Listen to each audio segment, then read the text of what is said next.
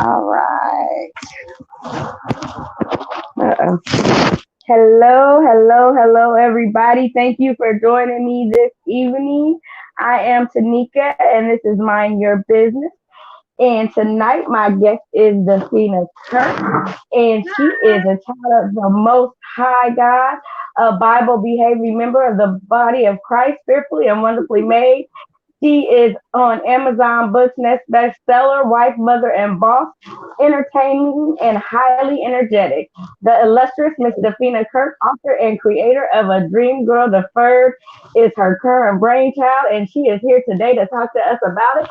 So, Miss Dafina, thank you for coming on tonight. I appreciate you taking the time out. I know you're a busy woman and you got a lot going on. So we'll go ahead and get started. If you will, just tell Yes. us who you are, what you do, and why you do it. Well, thank you. Thank you for having me. Thank you for inviting me to participate. I think this is something wonderful that you're doing. My name is Mrs. Dafina, Miss Dee Dee Kirk, formerly Carter. I am like you said in the bio, a child of God, wife, mom, and a I guess I have to be a boss now because now I'm starting to branch out into my gifts and talents and I got to be bossy. So I'm not, as you can see, I'm not all the way comfortable with that, but I'll own it. I'll own it for the culture. But right now I'm actually a practicing comedian, um, an orator, which basically means I'm a professional and expert motor mouth, and an author, which I've been practicing that all my life. So I do it for the love and to the Amen.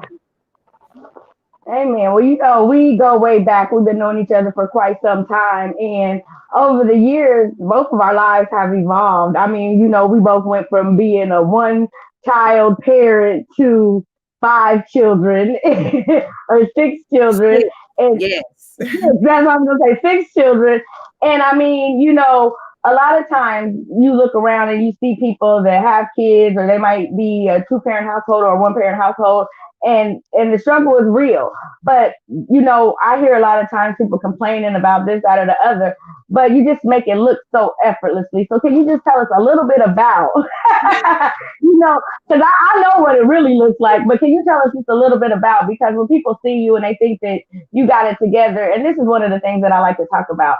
People see you, they think you got it together, all of this is that and the other, but you know, they don't understand what it takes and what goes into you being able to present the way you are. So can you just share that a little bit?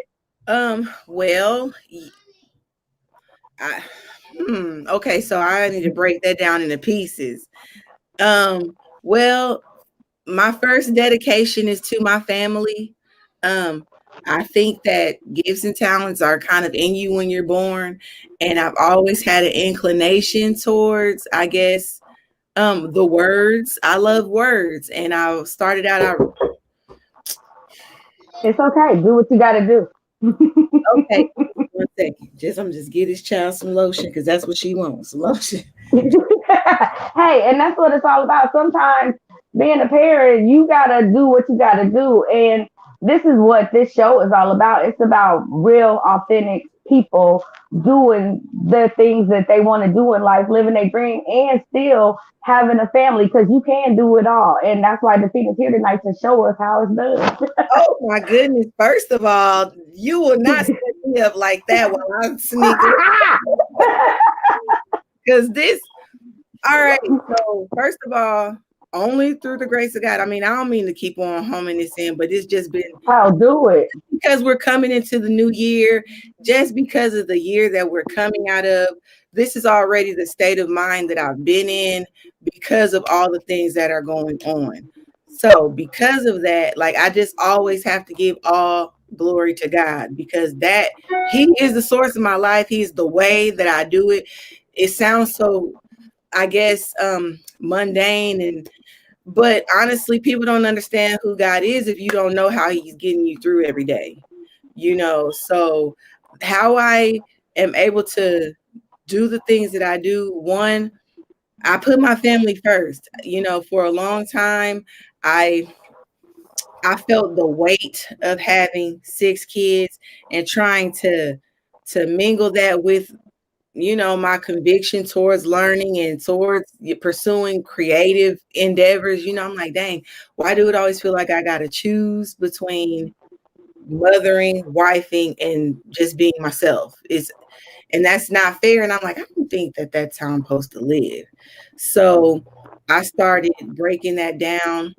And I just accepted everything that I have been dealt. And it's difficult, but I do it anyway. So it's like, I want to be a comedian. When Donald Trump became president, I was like, oh, I can be anything. Like, if I Absolutely. want to do comedy, if I want to get on the stage and talk to people, I absolutely can do it. And this is the time for me to get started, because I never thought I'd see the day, as much as it was speculated upon. And never in a million years could I imagine that that day would come, and it did. So I said, okay, well, this is the day that I will start taking myself seriously, and I will start going towards my goals one at a time. And I have a wonderful, supportive husband who everything I bring to him, because I'll bring him a lot. I have a lot of ideas on a daily basis. And what his response is to me every single time is, babe, I support you. That's his response Yeah. every time. Babe, I support you. He helps. We work together. We're a team. We do everything. And sometimes he picks up a lot of slack for me. My husband's a very hardworking and dedicated man. And sometimes I do a little bit more on my side. But his endeavor to support me in my dreams, that is also a little bit of extra. It's like a little bit of extra to lift me up, to be like, you know what, I want him to be proud of me. I want to show him something good, because I'm in a league of extraordinary women, and I just want him to know I'm extraordinary too. Amen. And it's very important when you do have a family and you do have a husband and a partner, that you guys can help each other and encourage each other and uplift. I talk about that all the time. It's important for you to support one another. And so it's not about you trying to do one thing and he doing another, but you Mhm. work together to encourage one another, and it benefits the whole. Yeah. It's not outdoing or competing. It's about just working together, and this is how we gonna benefit our family and be successful and show our kids what teamwork looks like. And so, I'm very proud of you, because I know that you have got so much inspiration and so much light inside of you. And I think of you as an activist. Thank And you. you Yeah. do.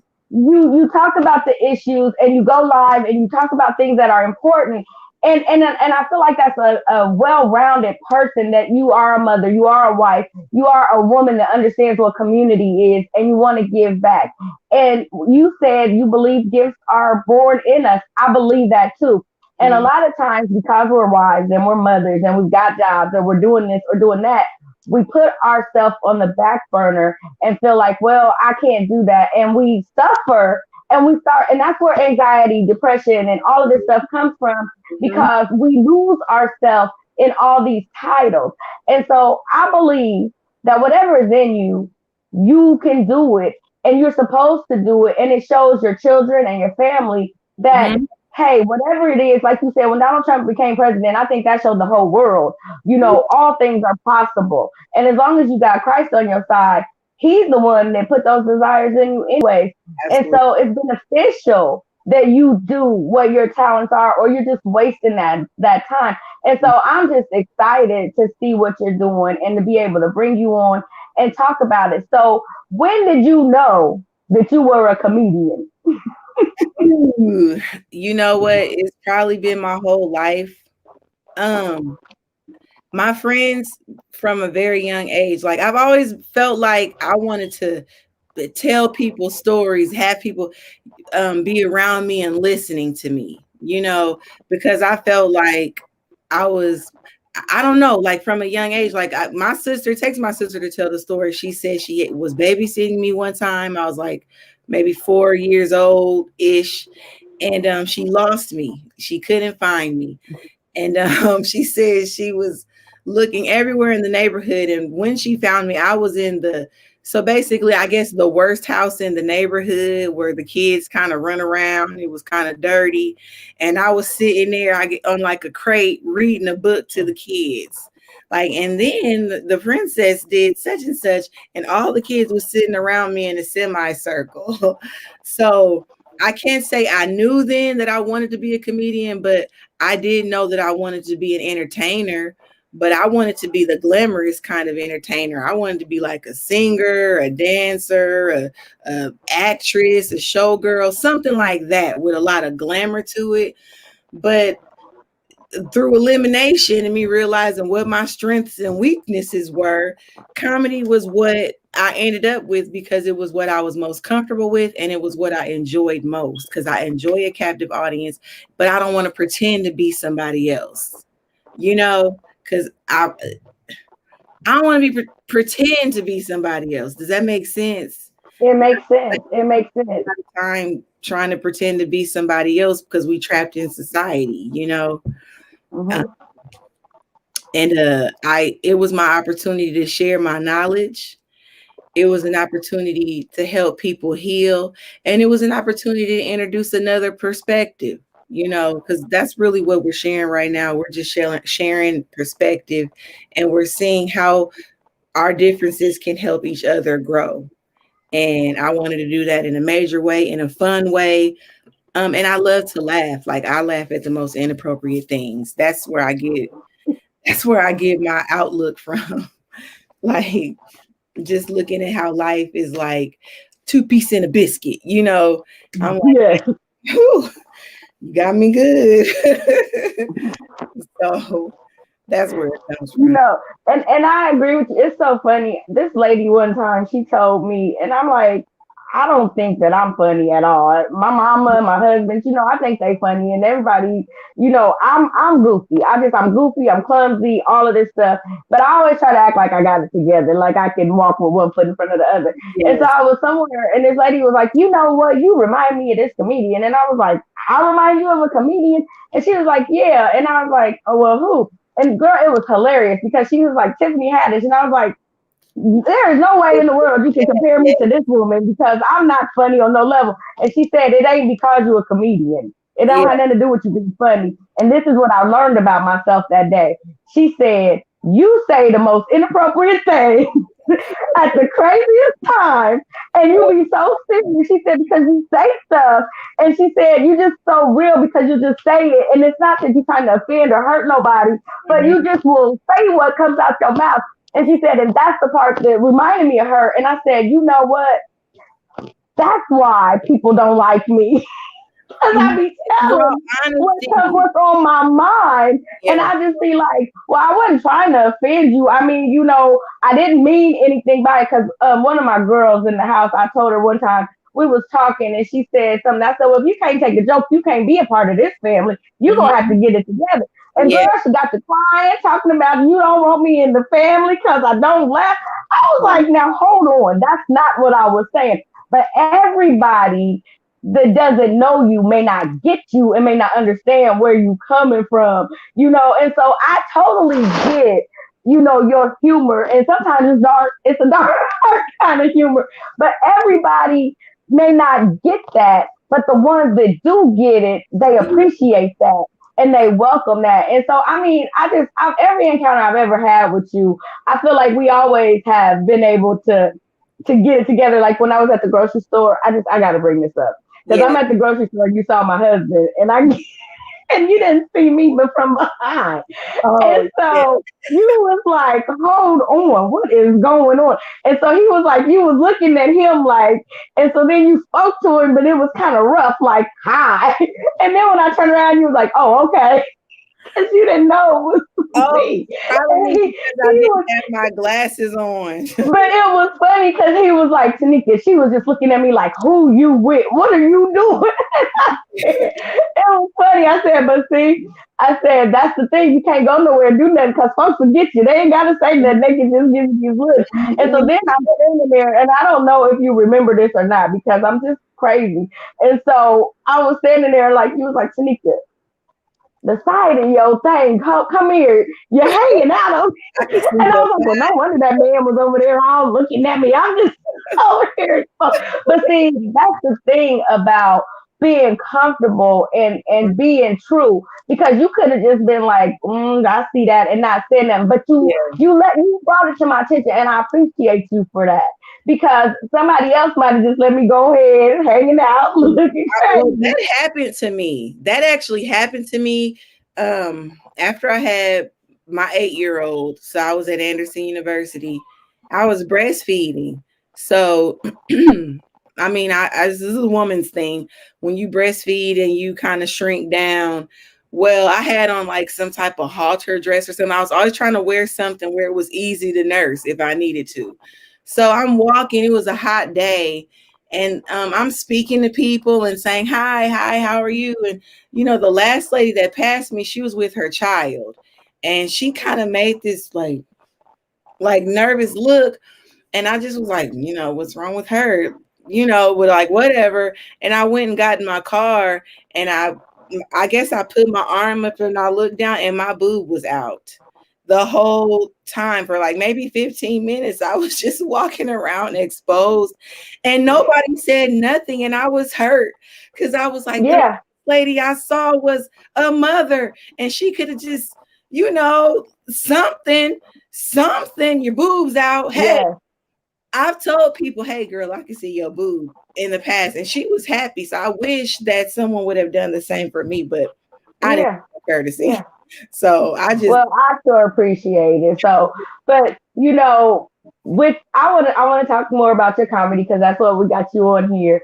But when you just had a birthday and you had a show, now I know that's not your first show, but I think it's your first show that you were the headline. It was all about you. So let's talk yeah, about from when you very first started on and went on stage your first time, because I think it was at Crackers that yeah. you did the very first show was at Crackers. Now, Mhm. what compare that with you doing your own show? Like from there to now, how has that looked and evolved and changed in your eyes? Okay. So I would call my first show, uh, not because I believe in luck, but because it's appropriate beginner's luck. Um, my style of comedy, the goal for my comedy is to be able to tell people the hard truth in such a way that they catch it, but then later on they catch it again, you know. Excuse me. And I'm trying to work up to the comfortability to tell the whole truth. I think other people who are, I guess, commentators or comedians, they would relate to that, because my very first time getting on stage, I wrote my set. I based it off of some real life experiences. I mean, the things that I talk about on stage are not made up. It's my real life. Okay. So I just got up. I knew I only had 3 minutes. So I thought out my set and I loosely wrote it down. And then I got on stage and I forgot everything. That's usually how it goes. I remember bits and pieces, like if I could imagine it, like think about my whole comedy set written on the air, and it's there swirling inside my mind. And then when I get on stage, I just got to catch the parts that I can catch, because when you get on the stage and the lights in your face and the people are sitting there with smiles and anticipation, that does something to you. It's like, oh, okay, these is my people. Yes, hey y'all, hey. Like it's such a good feeling. It's infectious, so it can very quickly take you away from yourself, you know. And I'm a country bumpkin, so all day I'm like, hey, yes, my people, tap water only, my people, hood, my people, little bit bougie, my people, well read, y'all, my people, nerds, my people. Like I'm with my people in that world, because first of all, being a comedian can be very self-deprecating. A lot of comedians feel like, this is just my last stop. I wasn't very ambitious, and some people are ambitious to be the biggest that they can be. I just want to share, you know, I just want to share. I haven't committed to, I guess, manifesting, this as a big thing, but I've always seen myself talking to a multitude. Now, whether that's in ministry or, comedy, I don't know. To me, I kind of think they're the same thing. And I believe the Lord is telling me I don't have to choose, you know. So all I had to do is choose him, and I already did. So there's that, Amen. you Yeah. know. Well, I can help you on that part, so we can talk later about how you Yeah. can manifest that into a bigger playground for yourself. Because, a lot of times people feel like, and especially when I started coaching, I had a mentor that told me if I was going to do this, then I needed to leave God out of it. And it took me a long time to get back to doing what God called me to do, because I Hmm. can't do it if God ain't in it. And so I had to wrap my mind around, okay, how do I bring this to people without bringing God? And I've even had training sessions where I've trained people and they was like, don't bring God. Well, I'm opening up a prayer. Y'all ain't got to invite me back. So whatever. But I mean, I had to get comfortable with saying, you know what? I'm going to speak to the people that want it. It doesn't matter. I'm not trying to reach everybody. It's somebody for everybody. And God will put you in front of the people that he needs you to reach. Yep. And so it took 6 years that I'm just sitting on this thing, doubting myself because nobody wants to hear what I got to say, especially if I'm bringing God in it. And Well, then who God told was you like, the that? only way, huh? I said, well, who told This you mentor I had, and I got rid of her. I'm that? like, yeah, you gotta go. But God had to come to Jesus meeting, and he was like, in order for me to let you do what you want to do, you gotta walk wholeheartedly in your ministry. Yep. And so when I started doing that, he started opening doors, and now here we are on this platform. And so I'm not afraid to do what it is I'm called to do. And so that's the same thing with you. And that's what I like about your energy. You're not afraid to continue to increase in the Lord and letting people know if it's not without him, I can't do it. And so, Yeah. comedy doesn't have to be vulgar. It doesn't have to be outrageous. It doesn't have to be what you see normally, what we've seen in the past. But you can bring those two things together because people in God and Christ, they like to laugh. They Yeah. need good fun. They need, you know what I'm saying? And this is the Well, thing. We it's not conform to the exclusive. world so much. Yeah, Yeah. it's not exclusive. The Lord let me understand, like, first of all, just because, first of all, there are plenty Christian comedians. I grew up Yes. listening to cassette tapes of Christian comedians, and I I liked that I could listen to Mike Warnke, and at the end of every show, he would have a song. I have decided to follow Jesus. And that didn't hit. I mean, you don't got to be like you all you're doing is talking about your life, and if Christ is in you, that's what you're going to be, what you talk about. Just because you're going into spaces where people are not traditionally talking about that, it doesn't mean that you're alone. And just because even if you are alone, so what? That doesn't mean that you don't have the same love that somebody else have in your heart. It's just Hmm. that somebody ain't seen you, need to see you. And that's typically what I come across. A lot of the comedians I come across, they have a hardship. They got a pain. That's the source of their comedy. One of my first sets, I remember getting up saying, y'all talking about some heavy stuff. Y'all life is hard. I was like, my life is good. Maybe I need to tell y'all about what I'm doing. Maybe I ain't here to tell jokes, you know. And Yeah. they love me for it. Everybody don't want to hear about your meth addiction, So I don't. That's not my struggle. I got struggles, but that's not it. And I give glory to where glory is due. So I do it for the love. I do it because that's what I grew up listening to. My father has a love for comedy. My dad is happy with me, like he's proud of me pursuing this, like, and I love that it's something that me and him can share. I just love it because nobody else around me is doing it. There's a lot of people doing it, but nobody around me. So, Yeah. it's fun being the one going out doing something crazy. It don't seem crazy to me, but to to my people, they like, girl, what is you doing? But I get it. And again, like I said, you're bringing Christ in it too. And it's not necessarily that you are setting up, talking to, trying to throw God on people or put them in his face, Mhm. but you're showing them what true Christians look like. Because people like, it's so funny when you hear people say, "Oh, well, they Christians." Well, what is that supposed to mean? You know, I I think still don't everybody's a Christian. You know, in my mind, I think everybody is a Christian and everybody love the Lord, but that's not necessarily true. But when God puts you before people, He uses who He needs to reach His people because they are His. And so let Him use you in any way that He needs to. He gonna get the glory, and you're gonna get satisfaction out of being able to do what you love. And so again, I applaud you. You come from a long line of some strong women that have talent. I mean, I've been knowing Nikki forever. We went to school together. She used to do my hair, and I did not know you know. were her little sister. And it's Yep. so funny because when I met you on a whole different level than I met her. And you Yeah. know, and it was two different relationships, and still for a long time, I did not know y'all were sisters. And then I was like, hold on, wait a minute, how did I not know that? And then your mom does stuff at our church every year. She comes and does the our ushers thing, and they do the hands, and I'm just Okay. like, I Yes. did not know that was your mom. And her and I talk, and we pray, and we laugh, and I'm putting Mhm. all of this thing together. That I mean, that's a strong tribe right there. That's some talented women, and all of y'all are very prophetic, and you all have strong talents and gifts. And so that's just Thank you. beautiful. And so, you know, and you all have a good, strong relationship. And I think that's a lot of times what it's all about as well. How do they support you in your comedy and the things that you do?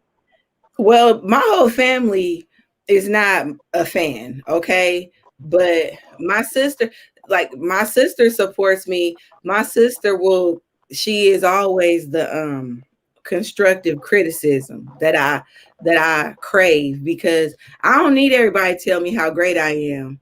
I want to get Mm-hmm. better. You know what I'm saying? I already I don't need those accolades. I want to know was I coherent? Did I make the point? And I'm still figuring that out. And my people let me know. My mom loves it. My mom she wants to be a comedian too. So like even with my birthday show, she got up and did a set. She that was her first debut on stage, and it brought me joy to even see her get up and do it. She branched out of her own comfort zone.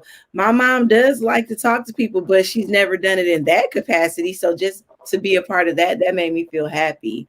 I've talked about my dad. My dad's married. I have another mom that she's not as visible because my parents live in Illinois. Also, that's where I grew up, and they are proud of me and they support me, and they are some of my biggest cheerleaders. My kids, like a friend of mine suggested, she said, you know what you should do is take this show on the road, and really you and Charles, y'all could just be getting in the car on Friday, Thursdays, Tuesdays, whatever, take the kids with you. I was like, you know what, that sounds like a plan to me. That sounds like a great plan, and I'm willing to do it because I love a good road trip, you know. Mm-hmm. And I talked to my dad, and we were talking about, I'm talking about my love-hate relationship with employment. And I love the security that employment suggests, but I also love my freedom, and I'm accustomed to my freedom. And because I'm so committed to my family, every little thing that looked like it might be compromising my family's integrity, I'd be like, oh, well, I mean, we could do something else. But Mm-hmm. I've settled into the group because that also gives me satisfaction. But traveling around the world doing comedy, and again, I'm not talking about famous. I'm talking about doing the work. You know what I'm saying? There's a lot of comedians that we don't even know their names that have very successful careers who are able to feed their people, take care of their people, take care of themselves, give, share, grow, thrive. And they live the type of lifestyle that I would love to live. Children taken care of. They want to be world travelers. I want to take my homeschool with me everywhere we go. So because we move as a unit, always together. Mm-hmm. You know, that's what I want for my family. And it's not conventional. It's some people be like, girl, you sound crazy. I'm like, well, I love my family that much that if I could always have them with me and send them out into the world with these experiences that a lot of us couldn't even imagine, that's the dream. That's the dream Yeah. for me. And I believe that's what it's, I truly believe that's what it's all about. And so, I mean, being able to have your family and show them what you do and do it together as a team, Hmm. that's what I think that it's intended to be, seriously. Me Because too. when mama's at work, daddy's at work, kids are doing whatever, we, Hmm. our family gets divided. And so when we can do something as a unit, like you said, when we move together. When we do things, we are together. That is what is enriching and empowering your family to continue to build a legacy. So I Yeah. commend you for that. And that's what I say about being able to show other people what that looks like. Because you Hmm. can have it all. And people, you don't have to sacrifice who you are, your family. You don't have to choose. You just have to No, find and a way to make it all work together.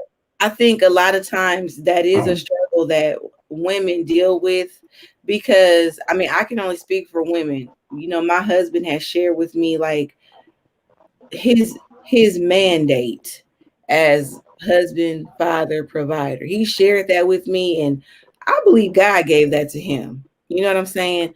I don't have nothing to do with that. But I'm like, you married the person that God made me to be. So Mm-hmm. I'm a creative individual and he rocks with me. And a lot of people think that they got to choose between their family, their spouse, their children, and their passion or their ambition or their career. And I feel like if that's how you feel, then you need to let that thing go because the only thing that you are responsible to is the people that you bring into this world. Now, there's the people that God bring into your life, but there's people that God gave you, and that's your children. You know what I'm saying? Mm-hmm. And I feel like we would advance much more, I guess, coherently as a society if we were loyal to that which we were responsible for instead of money. Absolutely.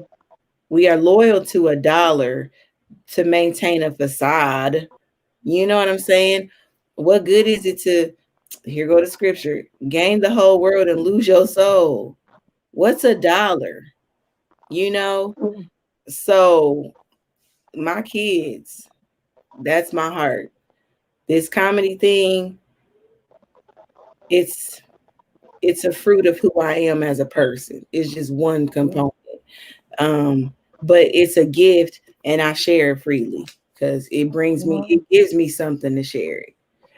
But I share it with these kids first. And My comedy, being on stage in comedy is not the only thing you've done because you've done some acting as well.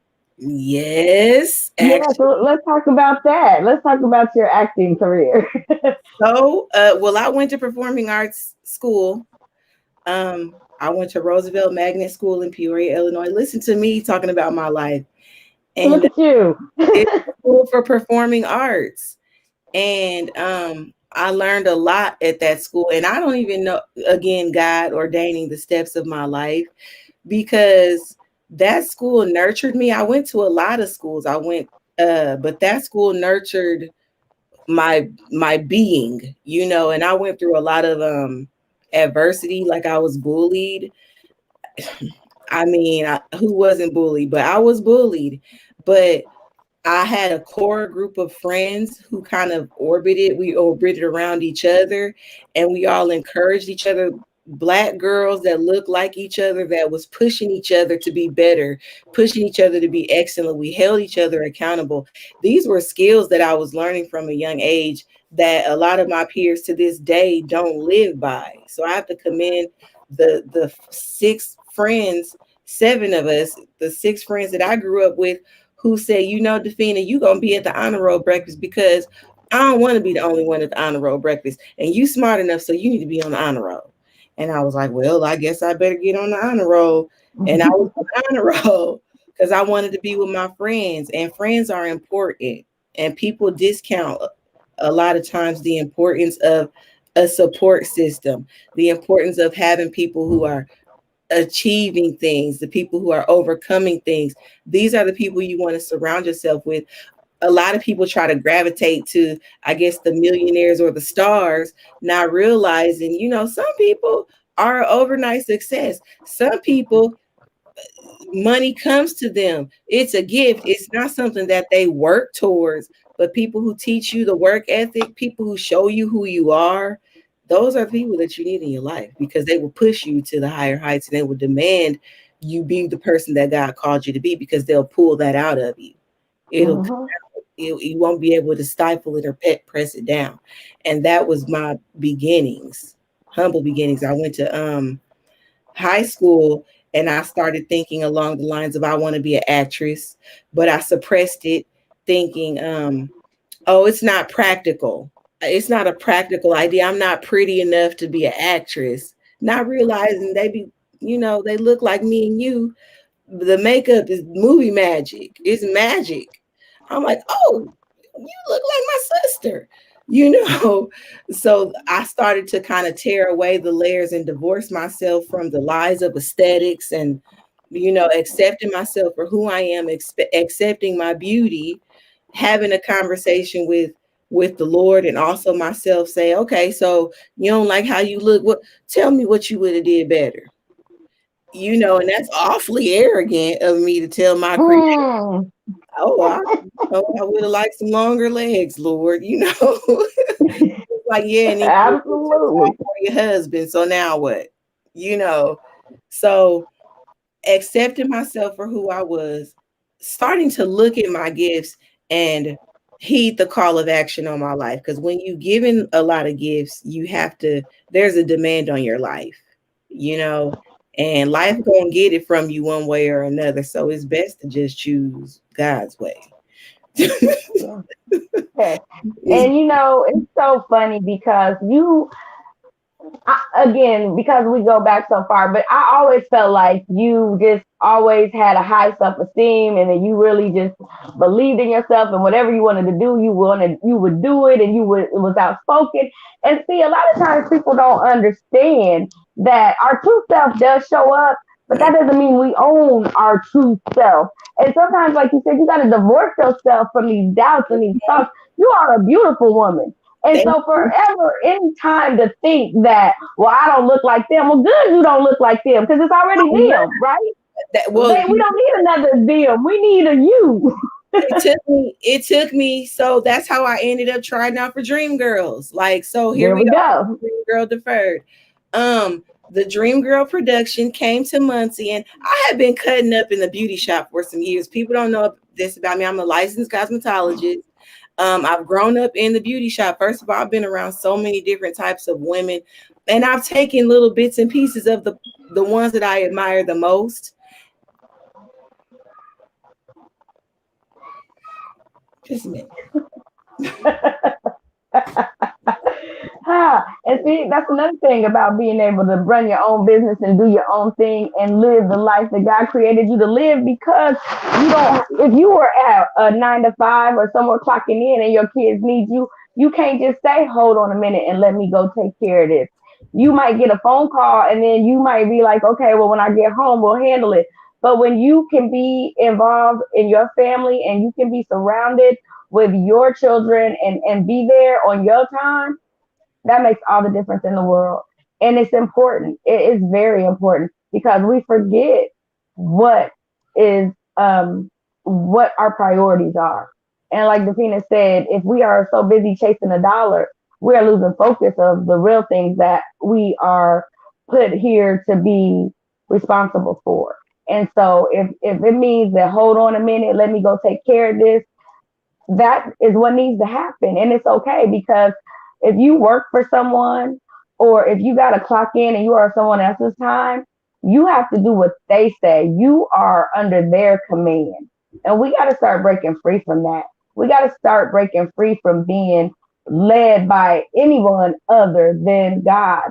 In the beginning, He gave man work, and then He gave him a wife, and then He gave him children. And so they did everything together as a family. Now, sometimes that family didn't always do the right thing, but God fixed it and he always will. So if you got to take a pause break to go see what's going on and get your family back in order, then that's what you need to do. But you can't do that when you under somebody else's command. So it's about being free in who God made you. So I was just talking about while you stepped away, how important it is to have your own business and to live your life the way God created so you can have this freedom to be able to say, hold on, let me walk away. Because if you was at a job right now, you wouldn't be able to say, hold on, let you know, when I get home, we'll handle that. And that's why it is so important. And I remember when I first started doing these lives, I would get freaked out. Be quiet, everybody be quiet. And I need you to, what? This is my thing. This is my home. This is my life. And this is my platform. Hey, baby. And if my kids is in the background, this is what it is Yeah. because this is my thing. You can tune in or you can tune out, but this is real life coming at you. And Yeah. we need to quit fronting, trying to act like everything is so right. You know what I'm saying? I I like can't. rawness. I love it. Yeah, I can't front. I can't act like I don't hear them screaming, because it's like the whole internet is watching me neglect my kids. But there's an adult downstairs. He just there is an adult in the house, but he just he's just a little aloof sometimes. But They will come and they likes to get on the camera. I'm telling you, mine, I'll be locking them out because I done had to take myself from out of the house. I done made me a little section in my garage. And I promise it's no sooner than I go on. Here they come. And I'm like, get back. But and sometimes I'm like, I don't care because this is, and my little girl earlier today, she said, Mommy, let's do some mindfulness. So we did a TikTok real quick. And so she knows what that is. And so I'm like, come on, you want to do some mindfulness? Let's do a TikTok because she sees that mommy's doing something. She don't think mommy just is mommy. She know mommy does stuff. And if she can be a part of that, if any of them can be a part of it, I let them. And so I that's commend important. it. Yeah. That's very important, Tanika. Thank you that because they didn't need to know mommy is doing stuff because my oldest daughter don't think I do nothing. You know, you know where. And because we make it look so easy, they don't understand everything. Seriously, they don't. They don't think you do anything, but then they look and be like, "Well, how did you do all of that?" Yeah, you don't realize what it takes and all the energy that I put into things because this is what we do, and hopefully one day they'll be able to do it. They watching, so don't worry, they'll be all right. They'll see I was doing it for you. I do it for you guys. I do it because if I can inspire you to do what you love or do what you dream of doing or doing what's in your heart, I owe y'all that much. I don't owe them to not be my best self. I don't owe it to them to not try. I don't owe it to them to put my gifts under a barrel, you know. Um, but before I left, I was talking about Dream Girls. Dream girl, yes, yes. I would have never had the confidence to go after Dream Girls because I'm like, I don't really sing that good. I'm really, I had just had my baby and I had a lot of physical difficulties. I was like, I'm just gonna try out. I'm gonna try out for the chorus. But of course I can't not go for the gusto. So I'm like, yeah, I want to be Dina, Michelle, Laurel, the chorus. I want to be all the Dream Girls. Like I take whatever for me. And I ended up getting selected for the understudy for Michelle, which was the fourth Dream Girl. And to me, even that still was ambitious because again, I know what my singing voice sound like.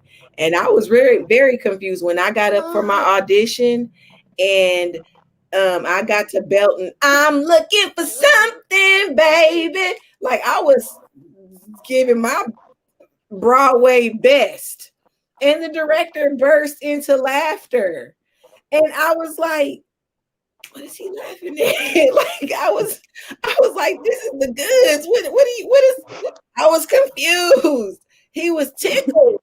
I'm like, I'm not being funny though. Like, but it was like, it was such a mess. It was like, surely she's not serious. And he loved me. And he was like, I gotta do something with this girl. Let me find her apart. Let me give her just, it turned into, let me give her a feature. So I had a walk-on role as well as an understudy role. Well, what happened is, as an understudy, you have to be at all the principal rehearsals. You have to learn all the lines, you have to learn all the songs. And because if the principal can't be there, you take their place. So I missed out on a lot of chorus rehearsals, and it kind of created a disconnect between me and the cast.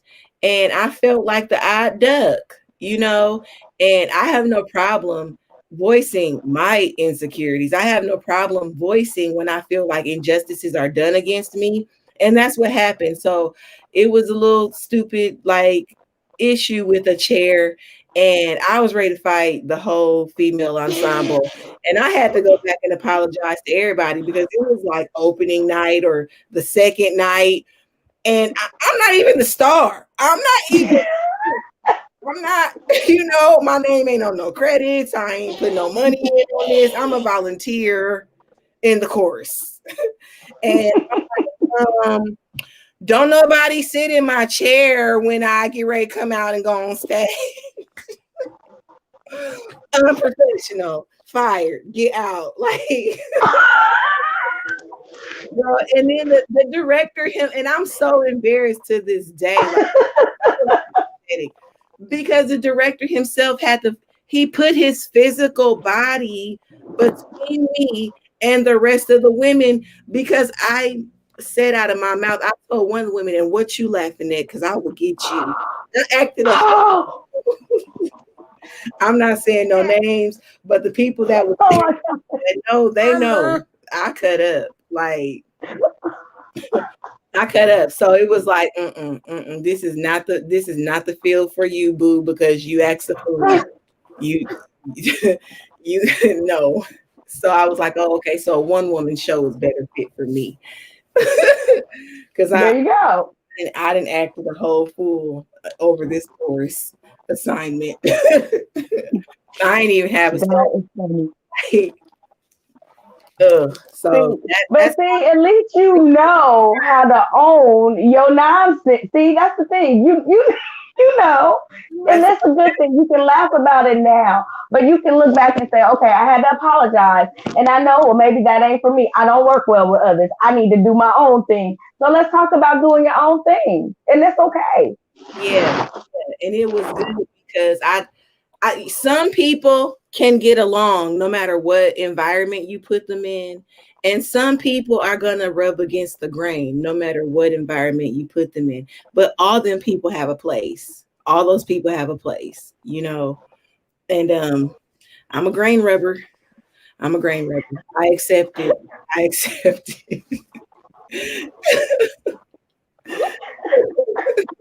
I love it. See, that's what I love about you, because you just are authentic and real, and you just say what the truth is. And see, and that's the thing. You don't try to sugarcoat it or try to pretend to be something else. No, you are who you are, and you own who you are.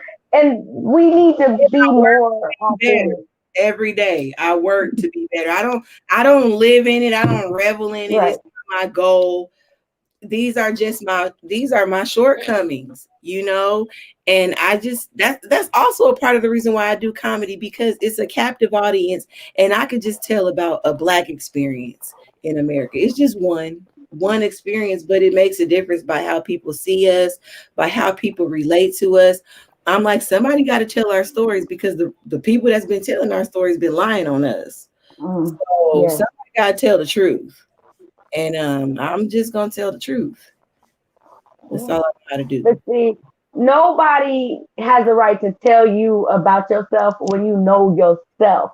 And I always say, whatever criticism you got from me, let me know, because I know myself very well. And if I'm doing something that's off-putting or that is harm somebody in some kind of way, call me on it and bring it to my attention. And then I'll look inside myself and be like, oh, you're right. I'm sorry. I apologize, and I own that. Or I'll be like, nah, you need to get yourself, you need to fix yourself, and you need to worry about why that offended you, because apparently you didn't like that truth. But I can own my truth and Yeah, you own your truth. And we need more of that. And so that's why God put people like us in the world to be able to show what that looks like. And you still are a godly person. Somebody told me one time, "What kind of a Christian are you?" I was like, okay. I've "Well, heard oh, but you this, the kind that needs to be delivered every day. okay?" What?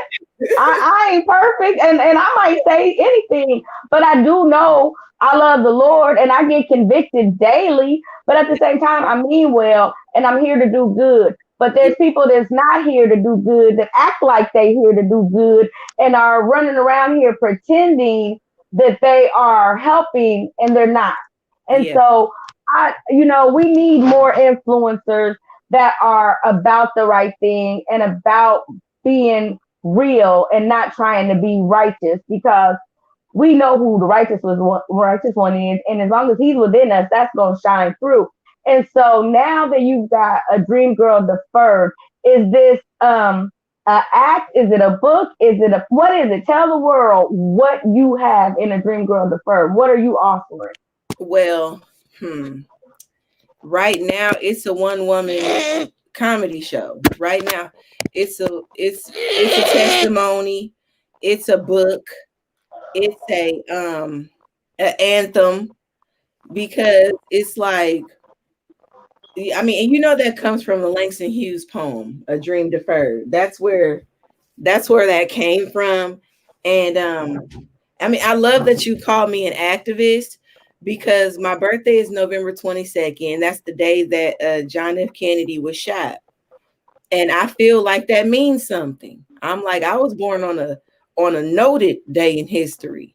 You know what I'm saying? John F. Kennedy was considered a hero.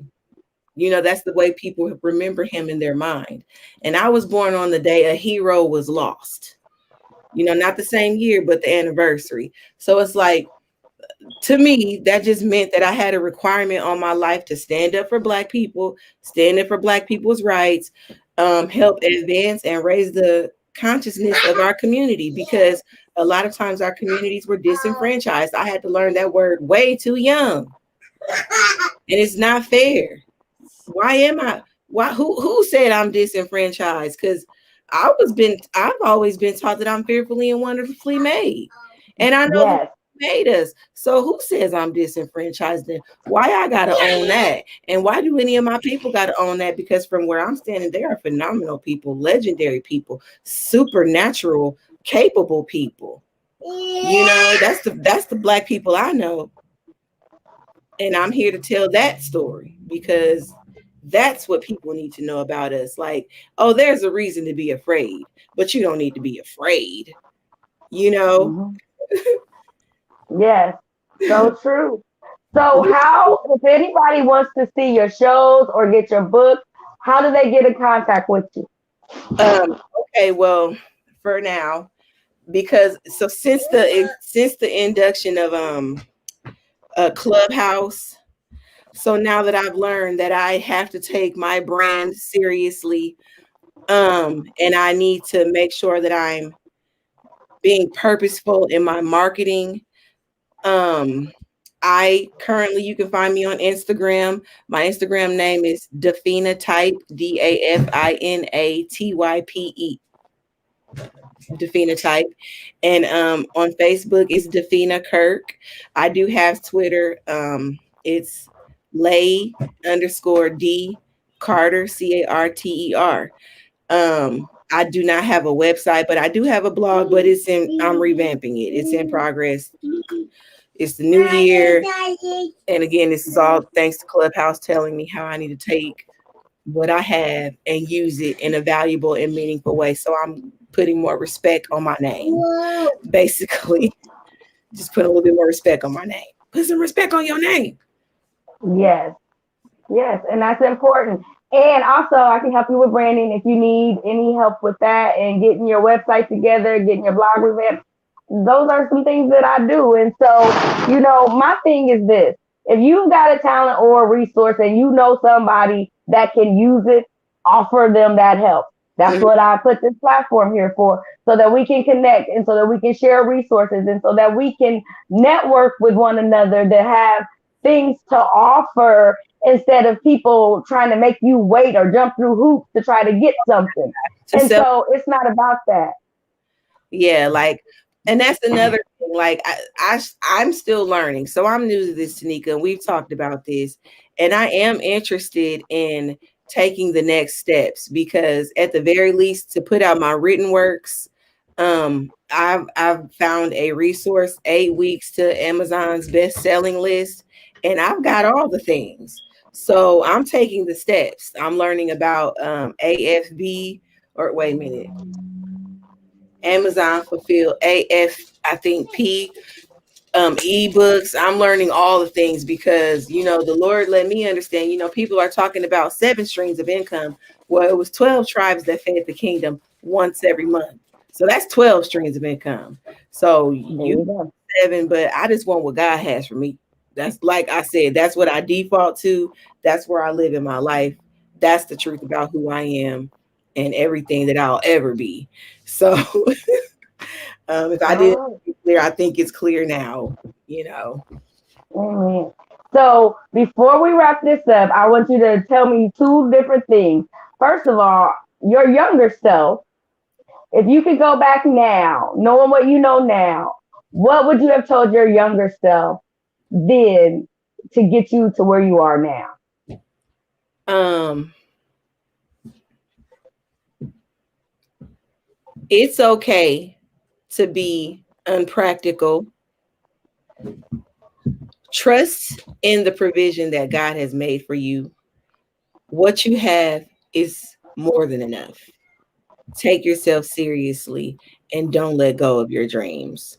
Don't let them go because those dreams were gave to you. They weren't gave to your dad. They wasn't gave to your mom. Wasn't gave to your brothers and sisters. Wasn't gave to your best friends. It was gave to you. And so you're the one who's responsible for it. Protect it. It's precious. It's yours, and it'll make your life wonderful.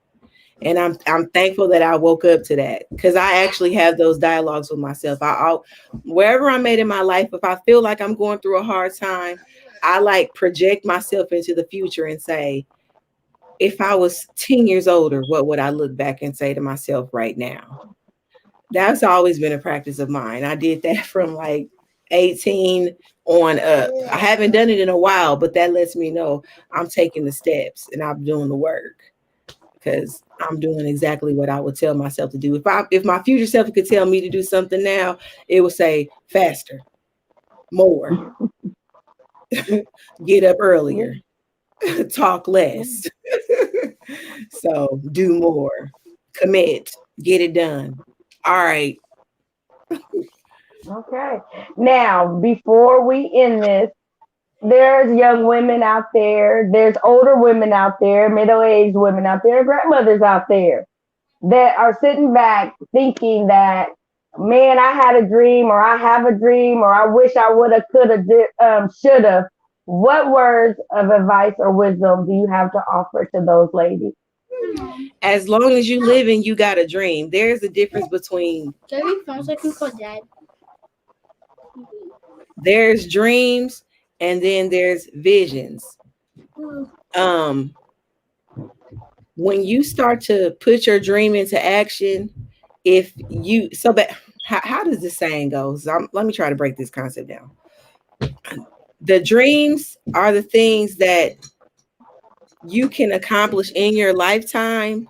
Is it, or am I saying it backwards? The vision is what you can accomplish in your lifetime, and the dream is what you can do for generations. I'm not sure if I'm saying that right, but basically, as long as you got breath in your body, you can take the steps to do everything that's in your heart. If you want to start a business, if you don't know the first thing about starting a business, Google, how do I start a business? If you don't know what your purpose is, really ask yourself, what do I love? What am I good at? What do I enjoy doing? That might sound cliche, but it really is the core of who you are. Ask yourself, what did I want to do when I was a child? When I was like 7 years old? I know exactly what I wanted to do when I was 7.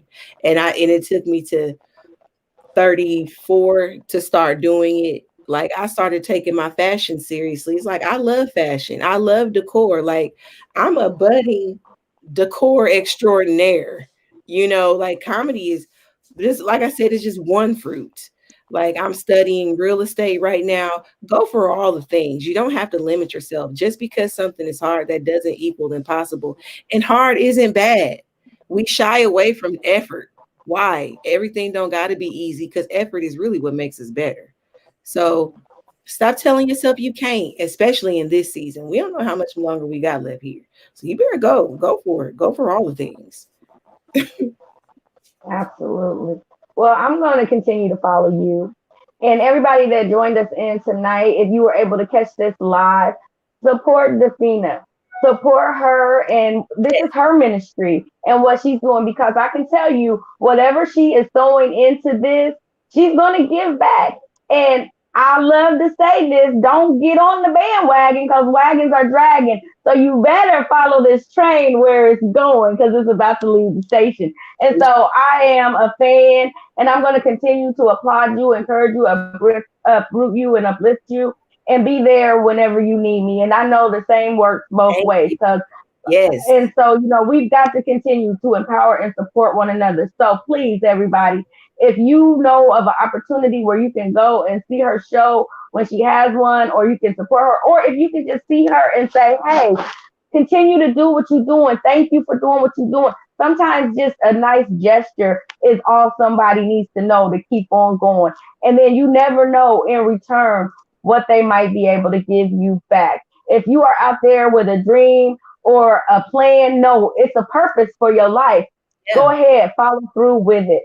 But if you are watching this and you have any comments or concerns or anything that you would like to put in, go ahead and shoot me a DM. And if you need to get with Dafina, she left her information, but we will have that available for you later on the website if you want to get a hold of her that way. Now, if you aren't able to watch it live, watch the replay and then watch it over again, and you might learn something because the two women that are sitting before you, they're no different than who you are. It's true. Anything that you can see happening, you can see it in your life only if you believe in yourself. So do that because God designed you for his glory. So live out your plan, fulfill your purpose, and know you will be better off for it. Dafina, I thank you. I love you and continue doing what you're doing. Don't get off yet. We're just gonna close out and then I'll talk to you for a few more minutes. But everybody have a good evening. I will see you guys again on next Tuesday, I believe, but I'm not sure yet because I got some things that I got to revamp because I'm getting ready to get involved in something that's going to be very beneficial for the community. And other than that, I want y'all to know that I had a man on from Uganda. His name is Michael, and he has a program called Heart to Heart that we've been working together with.